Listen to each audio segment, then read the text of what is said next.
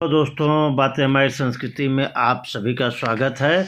तो आज हम आपको कथा के बारे में बताएंगे मित्रों। कथा सुनने के लाभ। तो प्रयागराज में बहुत बड़ा आयोजन हो रहा है, इसमें सभी को आके कथा सुनना चाहिए। और कथा सुनने के मुख्य रूप से 4 फायदे क्या होते हैं, मैं आपको आज वो बताता हूँ कि कथा सुनने के फायदे क्या है। वीडियो को आप पूरा देखिएगा, ये हमारा आपसे निवेदन है। भागवत की कथा अर्थात मतलब भगवान की कथा तो होती ही है, पर भगवान की कथा बिना भक्तों की कथा के अधूरी है। इसलिए हर शास्त्रों पुराणों में भगवान की कथा के साथ साथ भक्तों की कथा भी आती है। जैसे नवधा भक्ति में सबसे पहली भक्ति श्रवण ही है, सुनने की भक्ति है। जो कि हम अपने कानों से सुनते हैं वही हमारे हृदय में प्रवेश करता है और फिर वही चीज़ हम बोलते भी हैं। यदि हम कथा सुनते हैं तो मुख से कथा ही निकलेगी। जैसे जिन हरि कथा सुनी नहीं काना, श्रवण रंध्र अहि भवन समाना। संतजन कथा सुनने के 4 लाभ बताते हैं। पहला क्या है? तृष्णा रहित वृत्ति। दूसरा क्या है? अंतःकरण की शुद्धि होती है। तीसरा क्या है? अनन्य भक्ति होती है। और चौथा क्या है? भक्तों से प्रीति होती है।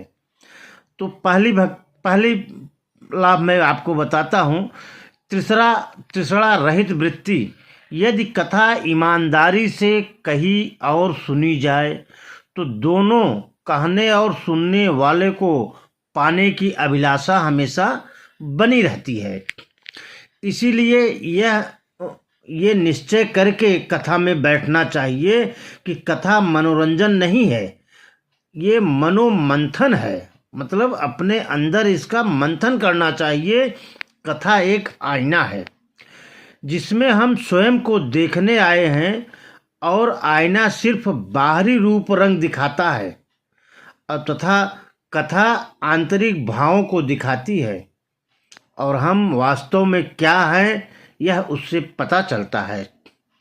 और सुनने वाले अर्थात वक्ता कथा को व्यापार या रोजी रोटी का साधन न समझें। और सुनने वाले भी तो एक ही काम कर रहा है, केवल सुन ही रहा है, पर वक्ता 2 काम एक साथ कर रहा है। जो कथा सुना रहा है वो 2 काम एक साथ कर रहा है। एक तो सुन रहा है और साथ साथ सुन भी रहा है, मतलब सुना भी रहा है। जब ऐसी ईमानदारी रखेंगे तो फिर तृष्णा रहित वृत्ति हो जाती है। दूसरा क्या है? अंतःकरण की शुद्धि। सत्संग कथा बहुत महत्वपूर्ण है। अंतःकरण की शुद्धि, इस पर आप लोग ध्यान से सुनिएगा।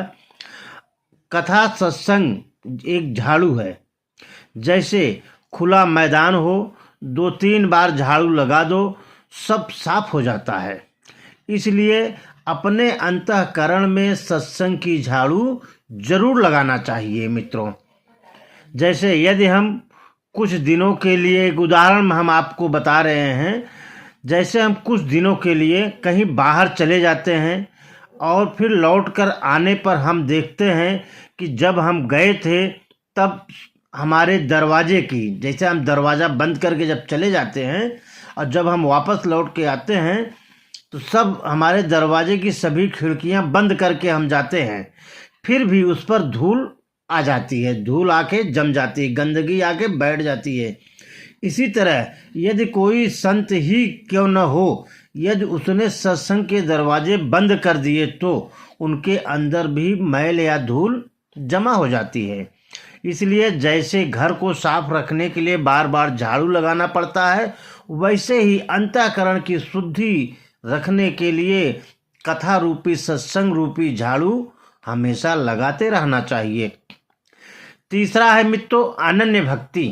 जब किसी के बारे में सुनते रहते हैं जिसे हमने कभी नहीं देखा तो बार बार उसके बारे में सुनते रहने से स्वतः ही हमारे अंदर उसके लिए प्रेम जागृत हो जाता है। इसी तरह जब हम बार बार कथा सुनते हैं तो ठाकुर जी के चरणों में हमारी स्वतः ही भक्ति जागृत हो जाती है और लोभी को, धन कामी को स्त्री ऐसे ही हमें श्यामा श्याम प्यारे लगने लगते हैं। चौथा है मित्रों, सबसे लास्ट में, भक्तों से प्रीति। भक्त तो भगवान से सदा ही प्रार्थना करता है कि हे नाथ, ऐसे विषयी पुरुष जो केवल स्त्री पुत्र धन आदि में लगे हुए हैं का संग भी स्वप्न में भी न हो। ऐसे लोगों का हमारा कोई अपराध को तो सूली पर चढ़ा दो। अगर हमारा कोई इस तरह से अपराध हो तो हमें आप सूली पर चढ़ा दो, हलाहल विष पिला दो, हाथी के नीचे कुचलवा दो, सिंह को खिला दो। मतलब कि कितना भी दंड दे दो मुझे, लेकिन हमें आपसे प्रीति चाहिए। इतना होने पर भी दुख नहीं मिलेगा। पर जो संत से विमुख है, हरि से विमुख है, गुरु से विमुख है, तो जो भगवान और भक्तों से प्रेम न करता हो, उनसे हमारा कोई संबंध न हो। तो मित्रों, ये तो रही कथा सुनने के फायदे। कथा सुनने के 4 बहुत महत्वपूर्ण फायदे हैं और कथा सुनना चाहिए। वीडियो को अच्छा लगे तो शेयर सब्सक्राइब जरूर करिएगा। धन्यवाद।